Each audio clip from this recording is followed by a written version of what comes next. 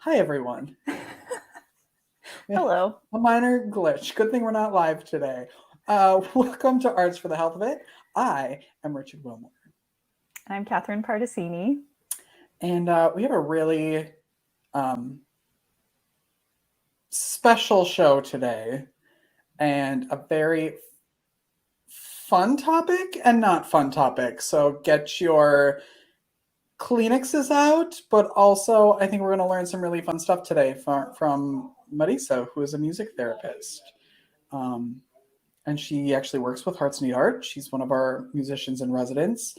And then her goal was to always be a music therapist. And because it's Marisa and she does whatever she sets her mind out to, she became a board certified music therapist. And Yes. she's done some amazing, amazing work in the world.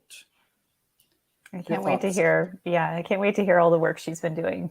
Yeah, and she actually went to Uvalde right after the awful school shooting here in Texas and has been working with the community there. And so we invited her on to talk about that.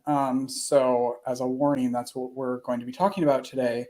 And I just realized I should have probably grabbed some tissues because I already have like goosebumps just like knowing that this conversation is going to happen. Yes. Anything else, Catherine? What's new with you? Anything? Oh, I'm in Florida visiting my family. Mm-hmm. So I'm Sunny in my Florida. my dad's office right now, Good. just surrounded by accounting books and yeah, No art in Florida? Are you going to be doing art with your family while you're there? probably most likely yes. We Okay, have good. plenty of art supplies. It'll happen. Okay, good. Yes, Are you ready to talk to her? I'm ready. All right, let's start the show. Come along with me, and I know you'll see that a song changes everything. Hi, Marisa. Hi, good How are morning. Good morning. How are you? I'm doing well. Thank you. Thank Good. you so much for having me today. Of course. Thanks for coming on and sharing your experience. I want to start out with you telling us what music therapy even is and how it's used. Okay, that's a great place to start. So, music therapy is the evidence based use of music to reach non musical goals. So, being able to essentially use music in clinical settings to reach non musical goals, cognitive, physical, emotional, social, all different domains. Just being able to utilize it, whether it's receptive music therapy, recreative music therapy, compositional music therapy. There's a way to be able to utilize it for all ages. And it's a very, very beautiful, expressive arts therapy. So I love it so very much. Mm. And how long have you been doing that, Marisa? So I started my music therapy journey, I guess, in 2016.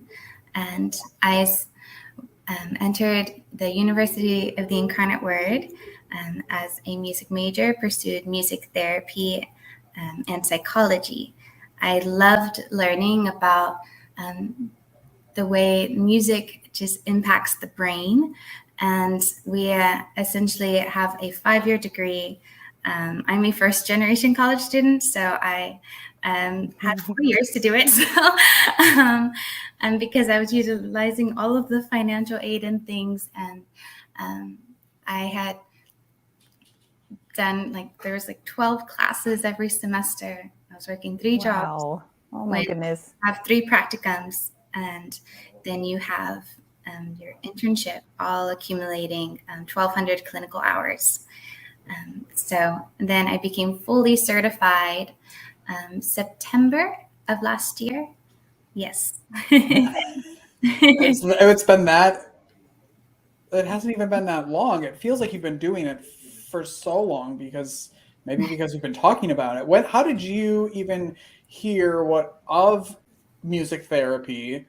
And then like what made you think that's what I wanted to do instead of just I want to be a musician? I grew up always loving music. It was always something that was heavily utilized in my household, throughout my family, we all had a love for music, not very musicians, but I always had wanted to learn. And then I thought, well, maybe I could be a music teacher because in high school, I had such a wonderful, wonderful music teacher that just inspired me. And even when I didn't believe in myself, she believed in me. So I wanted to be able to be that person for somebody else. And then I had started also thinking about, I'm like, okay, well, what is out there? And then it just so happened that in the Sunday newspaper, UIW posted that they just opened up their renewed music therapy building. Well, it was a music building, but the music therapy portion, it had all just been new and redone.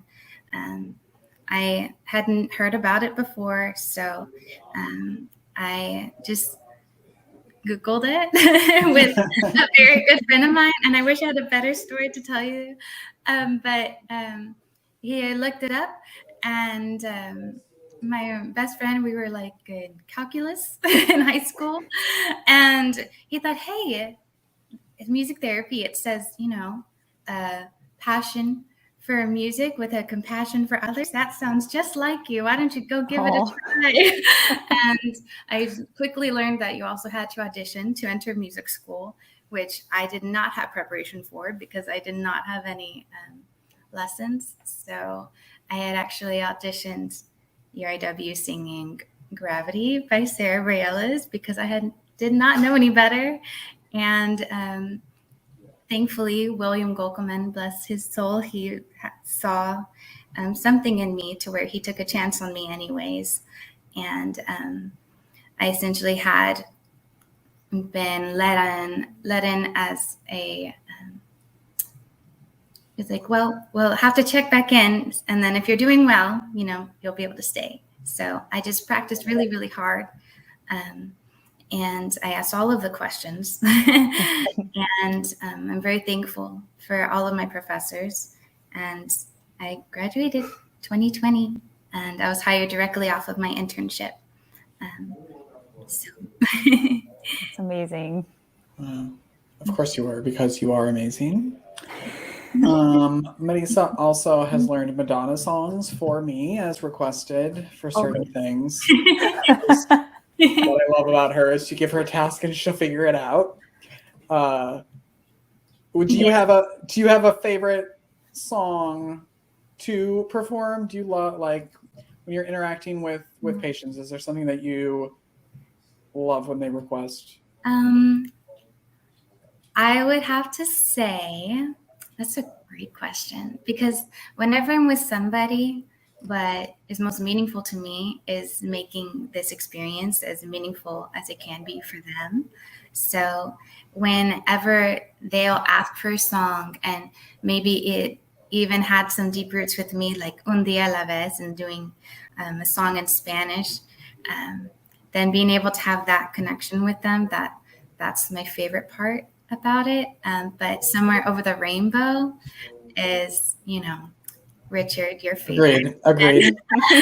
And there's also so many others favorites. And then I think over the years, because I think it was 2017 when I started working with Hearts Need Art. Wow. And was going door to door throughout the hospital, and Somewhere Over the Rainbow was always a beautiful request. But I think learning more about the connections and the way it was meaningful for them, it has just quickly become my favorite song for all of those different reasons of how it resembles hope. So maybe I'll have to go with that one. Good. I like that choice. Catherine, did you have any? I do want to talk to you about how you ended up in Uvalde after the school shooting there and your work there, but I want to make sure Catherine gets all of her questions in as well, and then we'll take a break and talk about that. Just one question I had about when you're interacting with patients at the hospital in particular. Can you talk a little bit about what that interaction is like initially, and if you feel like, just kind of walk us through that. And what do you feel like changes during that interaction from like initial encounter to, if someone says, yes, I do want to, do some music together? Kind of give us a little window into that experience. Yeah, absolutely. And for me, I think it's different for everyone, for every musician. I think we all have a different light that we also bring, a different energy. I, for one, I am personally a very deep empath, so I can read the room quite quickly. So as soon as I enter the room, I can feel the sensitivity and just coming in with, hopefully a very warm, welcoming presence as much as I can be. Then I just come in very honest and transparent, and I just introduce myself, and I invite them to have just this receptive listening experience.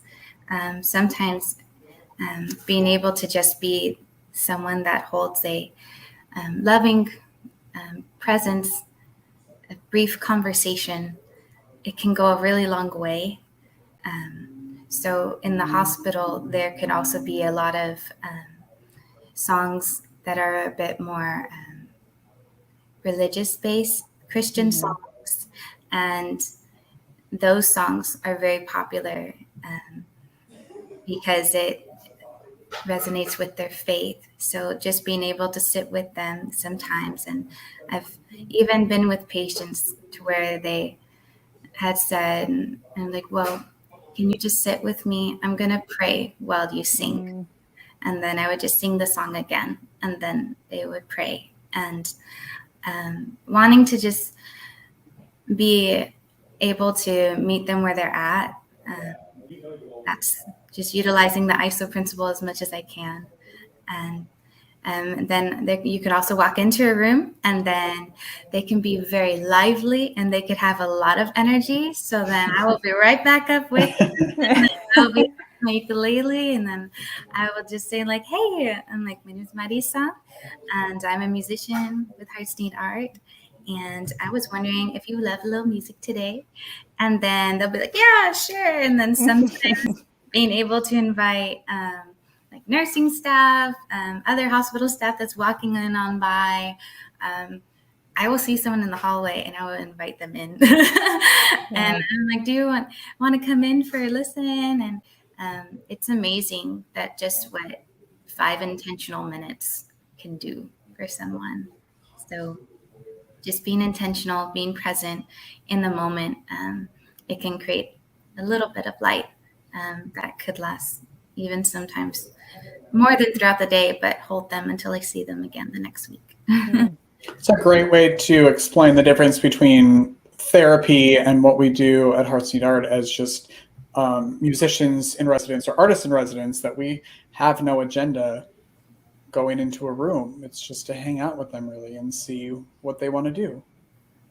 Yeah, absolutely. And, that was actually how music therapy got started. It was after World War II. And music, it can date back to the Egyptian times. And you used to have to be a musician to also be a doctor. That was one of my favorite facts to learn about. I didn't know that. How interesting. Wow. And then after World War II, when everything was going on, the world was just surrounded with adversity, then there were musicians who actually came in to the hospital. And they just wanted to share and shed a little bit of light. And it developed quickly over time. But then again, with adversity, it can also be very challenging to continue to navigate your own emotions. So learning how to create that separation for yourself so that you can hold space for others, and knowing, okay, this person is really experiencing this. Maybe there can be some additional clinical knowledge that can be implemented as well. And then it evolved into what is now music therapy that was finalized all in 1950. And here we are, 72 years later. You can tell that Marisa did a lot of studying while she was in college and remembers it all very well. Important to know your history. Yes, it's so true. You jumped right in at the chance to go to Uvalde after the school shooting here in Uvalde, Texas. I want to take a break and talk about that, about why you felt like you needed to go, and what you were doing there, and what you saw, and how it impacted the community. Is that okay? Yes, of course. Okay, good. Then we'll take a break and we'll be right back. Whether you consider yourself a musician or not, music is all around us, and it affects our everyday lives. Whether it's background music influencing our shopping habits in a store, organ music adding the vibe to a baseball game, or a playlist convincing us to keep going on that last mile of a run. I'm Mindy Peterson, host of the podcast Enhance Life with Music, where we take a holistic look at the power of music in our everyday lives through the lens of science and health, sports and entertainment, business, and education. You can find me and Enhance Life with Music at mpetersonmusic.com/podcast or wherever you get your audio. Unleash the power of music. Medical professionals are burning out at an alarming rate. Burnout can cause health workers to feel hopeless, trapped, helpless, worthless, depressed, sleepless, and tired. By joining the Hearts Need Art Gratitude Grams program, medical staff receive a personalized email and video from a musician, an artist, or writer once a week that includes a message of thanks, an encouraging song, uplifting poem, or a simple art activity. After watching their gratitude gram, participants report feeling more hopeful, empowered, energized, and appreciated. If you are or know a healthcare worker that would like to receive free gratitude grams, please visit heartsneedart.org.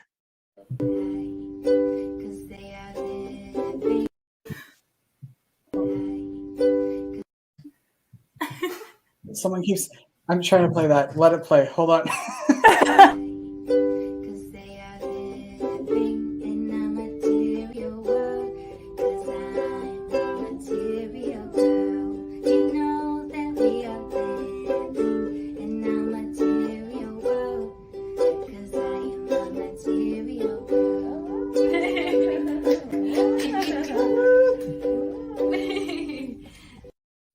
That was an example of Marisa doing what I requested for her, which is sing me a Madonna song while I was in the hospital. And the way that both of you came to the hospital when I was there and completely changed the way the room felt for me, for the staff, for everyone. So I appreciate you both and can't thank you enough. Now, let's talk about your on-the-ground work of music therapy. When you found out that it was possible to go to Uvalde and work with that community, did you have any hesitation? I imagine no, but I want to hear your story on what happened. No, I had no hesitation. When I first heard about everything, I think that everyone had probably experienced a lot of mixture of emotions. And on that spectrum, there could have also been more anger, there could have been more sadness. And I personally had a difficult time processing that it had happened again. And the fact that I said again is the most disappointing part of that sentence. And when I knew that the Ecumenical Center had accessibility because of course everything, the day of, it was just very overwhelming. It was swarmed with the DA, the FBI. There were people searching for missing children, and everything was very loud and overwhelming. And they wanted to limit the amount of contact with the families out of respect. So no publicity or news, people could attend the community center. That was the one safe place for these families, for this community. And the ecumenical center instantly took off. And as a clinical practice, then we were able to gain some accessibility there. And as soon as I knew, I wish I could tell you that I actually did think about it a little bit more thoroughly before I took off. But, I didn't. I just knew that I'd wanted to help. I think that usually we see things on the news and we feel kind of helpless and thinking, well, what can I do? Where can I donate? What can I do to create an impact and help during this time? And getting over there, I had been asked questions like, well, what are you going to do once you get there? I'm like, well, I'm going to figure it out. And I just brought some instruments with me, and I quite literally just showed up. And I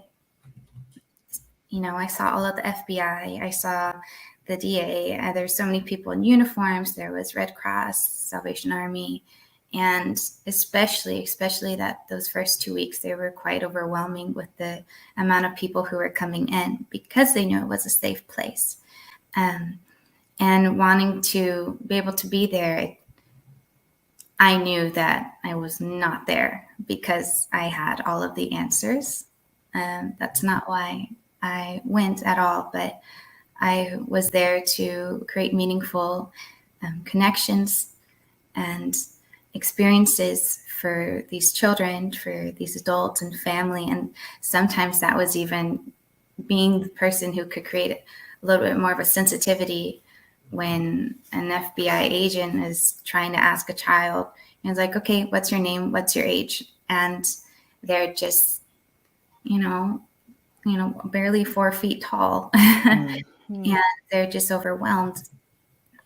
So I would get down to their level, and then I would invite them. I'm like, hey, would you like a snack? Like, have you eaten today? And then I would sit with them for a little, and then I'd say, hey, when's your birthday? My birthday is this time. And so then if I was talking with the agent, then I would say, it's like, oh, didn't you say your birthday was in May, like me? Oh, what day is it again? And then they would be able to answer the question.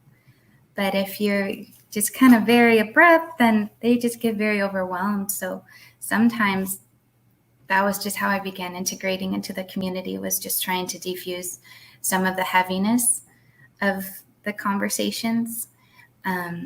And knowing that there was these very, very small windows inside the center, everyone was inside. So I decided to go outside because if everything inside was overwhelming and I didn't have any control over any of those things, but I thought, what if I could create a small space outdoors in this little patch of grass underneath a tree.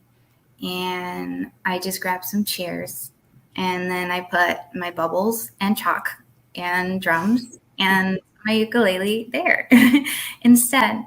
So then if mom or a dad had started talking with investigators and having those conversations, then I would introduce myself and let them know that I would be able to meet with the kiddos and take them just right outside.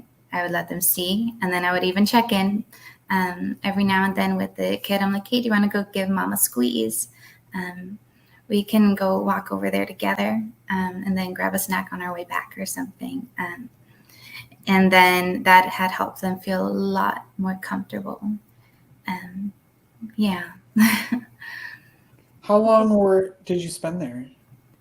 I had been there since the day after it happened. So it's been about a month and a half now.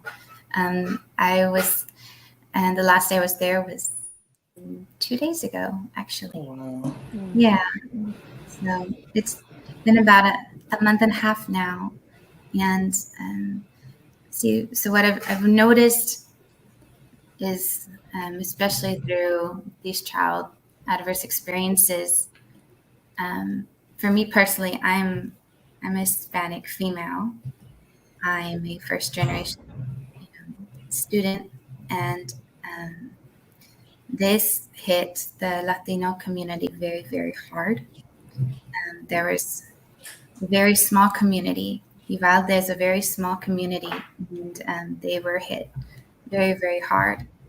And when I was there and I would look around, I didn't see a lot of people who looked like me. So sometimes I hadn't also been able to, meet with people before and clinical practice and in the hospital and outreach, and sometimes representation also goes a long way. So even for a young boy or girl to be able to see me, that can go a long way too. And I feel like sometimes we, have these small windows that provide an opportunity to cultivate that innocence that was lost. I'm just there to hold a safe space, a loving space, and a space where one can be honest and transparent and just begin to learn about this new version of themselves.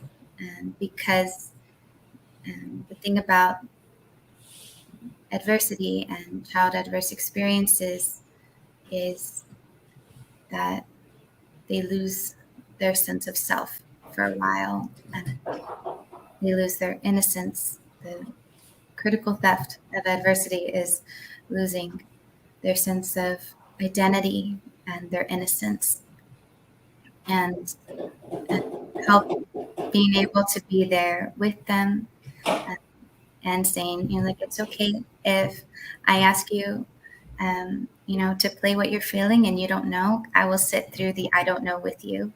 I will sit through the big emotions and the sad emotions. I will be with you until you feel okay again. And one of the biggest things that had been very helpful too was kind of being that artsy music lady, like that one artsy music lady that was there in the community center. Because every day I was like starting to bring something a little bit different.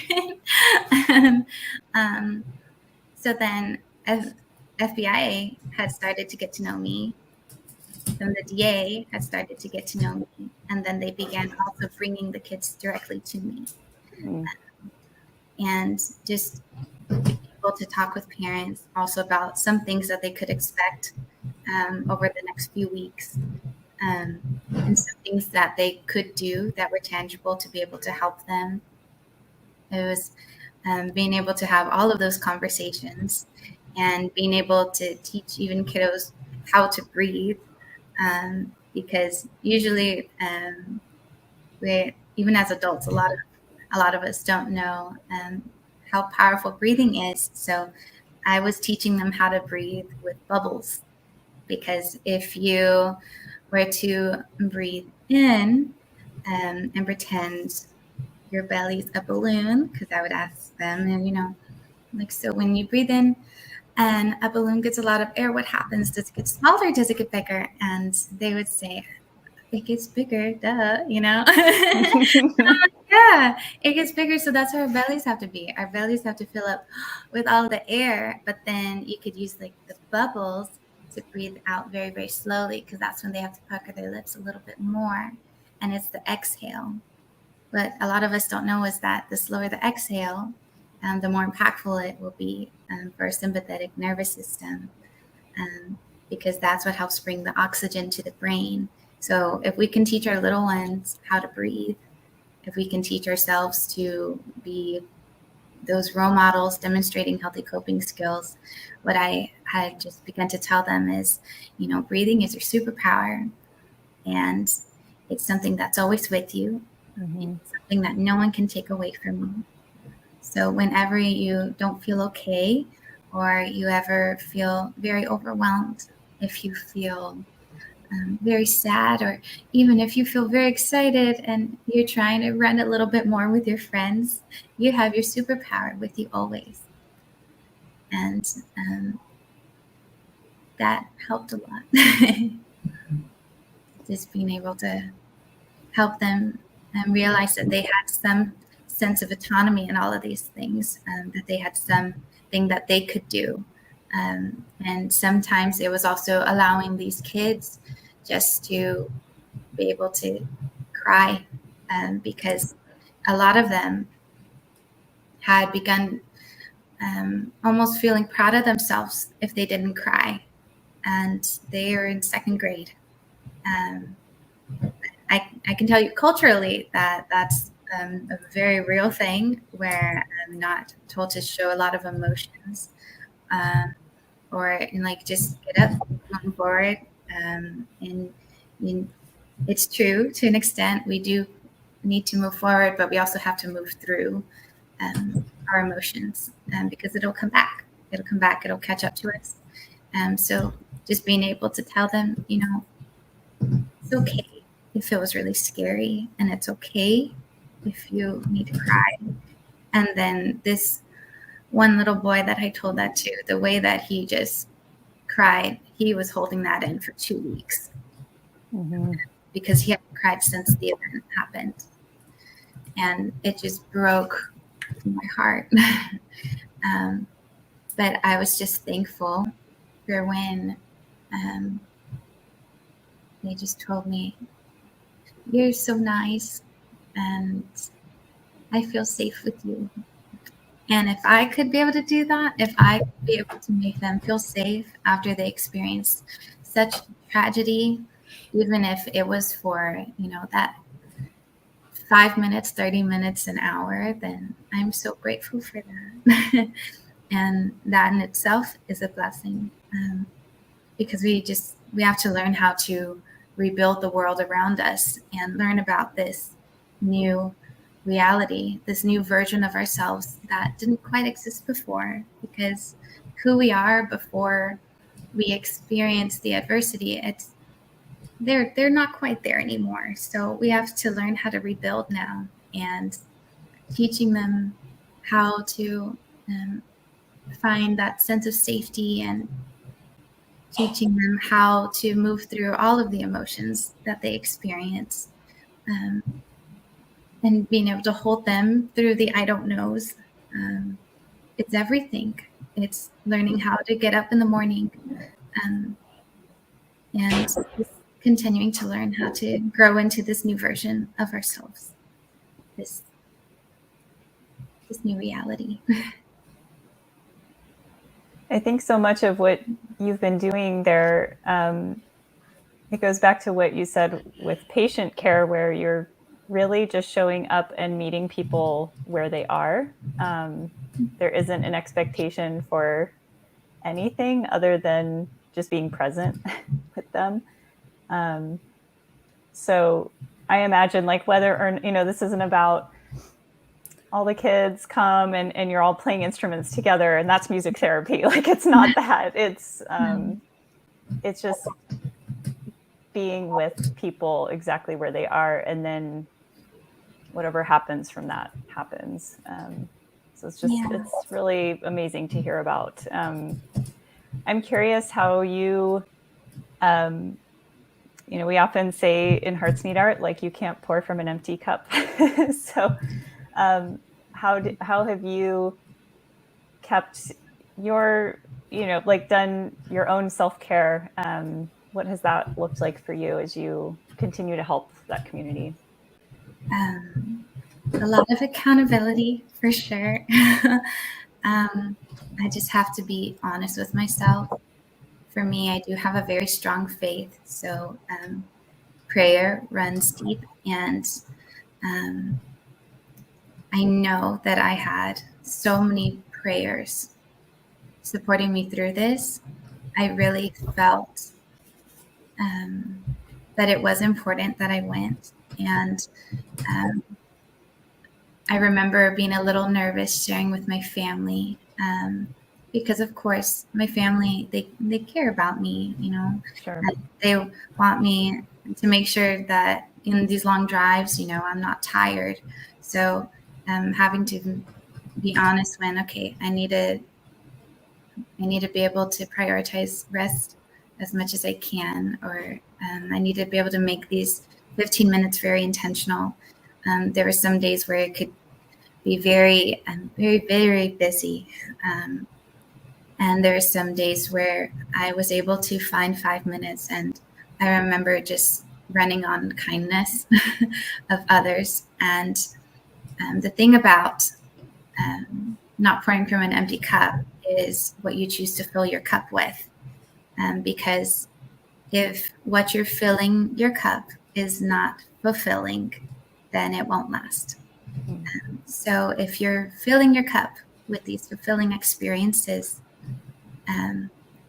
I was surely running on love, kindness, and the seeds of hope that I was planting in these kids, because each experience, as emotionally draining and challenging it could be to hear their little voices crack when they were talking to me, knowing that being able to be that safe space kept me going.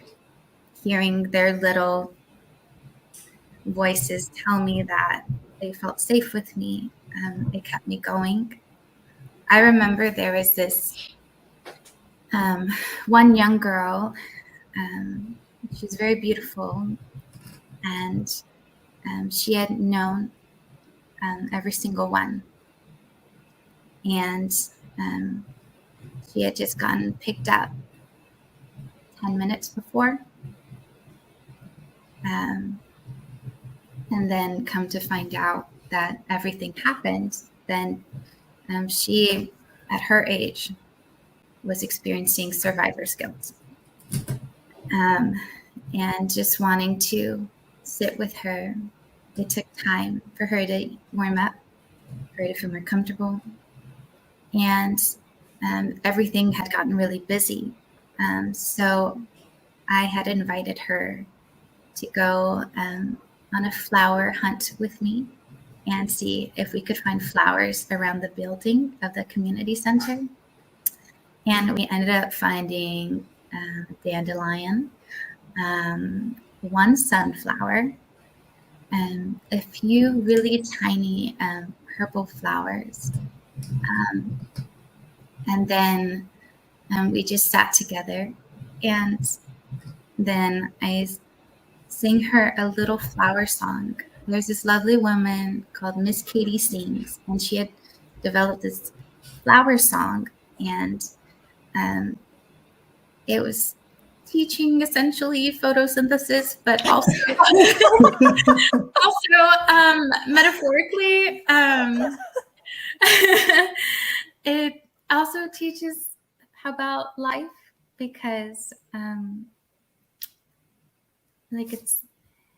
I had essentially sat with her, and then I told her, I'm like, you know, there's a little flower song.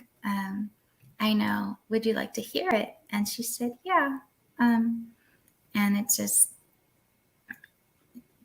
starts out with a seed. So, a little seed for me to sow, a little soil to make it grow, a little sun, and then a shower, a little wait, and then a flower. And then we showed the flowers, the little flower bouquet. I just had it behind my back, and then I gave it to her at the end of the song. And she had really liked it. She wanted to learn it right away, and she did. and she had a beautiful little voice. And I told her, sometimes when things can get really, really hard, there can be a lot of rain. And sometimes it also takes a little bit of weight. But just because things get hard, it doesn't mean we can't do hard things. So being able to be patient with ourselves, show ourselves a little grace, and continuing to show love and kindness to others, it just goes a really long way. And you're still going to be able to bloom, I promise you. And she just gave me the biggest hug. And then she wanted to sing all of these songs. She lit up. She completely opened up. And then we were drawing chalk art. And she drew a bunch of flowers on the pavement and clouds to represent each one of her friends that had passed. Wow. And the entire time she was singing, "You Are My Sunshine." And we just sat there together, and experiences like that I will remember forever. And I just feel very, very thankful for the opportunity just to have been able to, and just to continue to be able to hold space for these kids. So.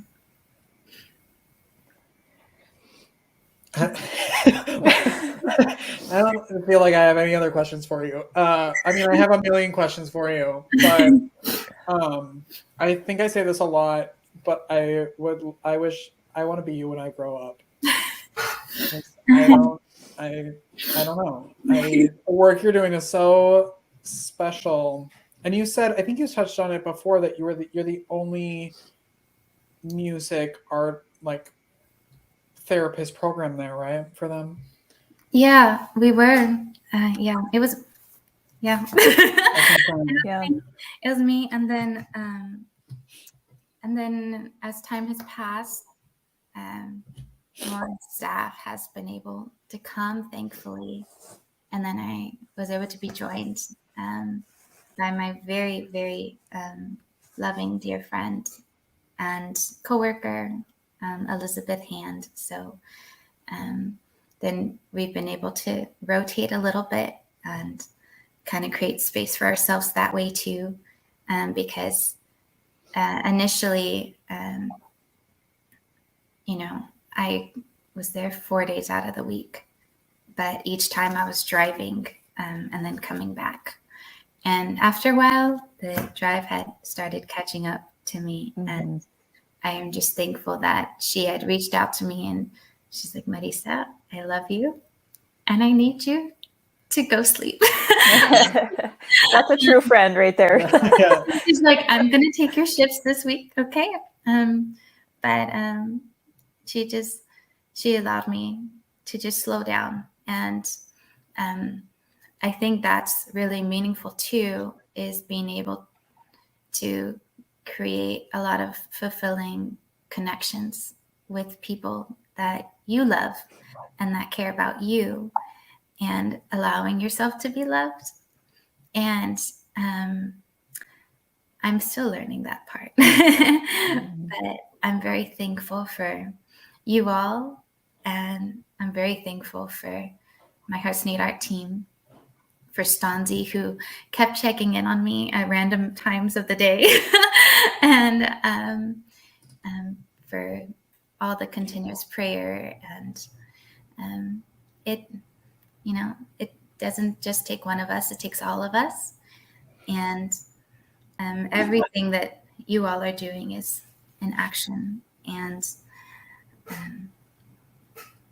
I just want to express my gratitude all the time. So thank you. You're so very appreciated. Right back at you, Marisa. Yeah. I mean, it takes a very special person to do that. And I would be just a complete mess if I were there. So I am glad that you are a professional and they're sending you in and not me. Because it's important work that you're doing, and it should be accessible to everyone, and it's not.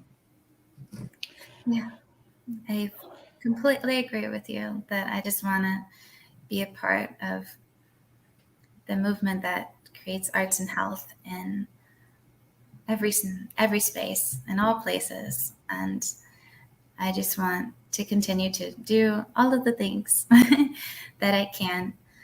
Because also, I think it's important that when we are there, that we are that experience for someone else. And word of mouth goes a long way. And once someone can also experience what music therapy is, can experience the power of arts and health services, just being able to make it accessible for everybody, that's what helps the connection last. Mm-hmm. So that way we can be everywhere. I feel like that's a great way to end this chat with you, unless Catherine has any other questions. I don't. Just thank you, Marisa, for the work that you do. Yeah, thank you for taking the time out. We're filming this on a Saturday, and because it's the only time she had available. And so thank you for that alone, just taking part of your Saturday to talk to us and share your experience with us. I think it's very important that people even to know that community is still being affected, and that everybody else goes along with their days and their lives continue, but it's still happening there. And you're still doing the work there, even though we're not talking about it on the news anymore. Right. That's a whole nother subject. It's a whole other podcast. Yes, and I think this is the wrong podcast to talk about that. So, Right. thank you everyone for watching and listening. Is there a way, Marisa, that people can support you or the work that you're doing? You talked about the Ecumenical Center a little bit, and you mentioned them. So can you tell everybody what that is, first of all, so people know kind of where you're working, and if there is a way that people can support you or the work that you're doing? Prayers go a long way, and I appreciate every single one of them. I feel it when I'm running low, so thank you for that. I do work with the Ecumenical Center, and we are a counseling center, and at this clinical practice, we've created these grief and trauma kits to be able to extend to families, the kiddos' families who are in the hospital, teachers, and you could go to ecrh.org to be able to donate to the grief and trauma kits, and know that that is absolutely going directly to these families. So just thank you very, very much for everything, and even just keeping these kids, these families in your thoughts and prayers is an action. So thank you. Thank you. It seems weird to be like, make sure you subscribe to the podcast, but make sure you subscribe to the podcast so you can keep up to date on all of our interviews, and we'll also keep you updated on the work that Marisa is doing through all of our social media. So thank you very much, Marisa. We love you. Love you. And Marisa. we're glad you're part of the Hearts and Art family. All right, everyone, keep creating, and we will see you next time. Bye. Thank you for listening to Arts for the Health of It, a podcast produced by Hearts Need Art Creative Support for Patients and Caregivers in partnership with the National Organization for Arts and Health. You can help others learn about the healing power of the arts by subscribing, sharing, and reviewing the podcast wherever you listen or watch. The podcast is hosted by Richard Wilmore, co-hosted by Constanza Rader. Our theme song, Songbird, is written and performed by Natalie Lane. Visit heartsneedart.org to learn how you can support our mission to create joy with people facing life-altering health challenges. Join us next week to learn more ways you can create arts for the health of it. The views expressed on this podcast do not necessarily reflect the views of Hearts Need Art, their staff, board members, or other affiliates. All content is created for informational purposes only. This podcast is not intended to be a substitute for professional medical advice or to diagnose and treat any health condition. Always seek the advice of your physician or other qualified health professional with any questions you may have regarding a medical condition. Never disregard professional medical advice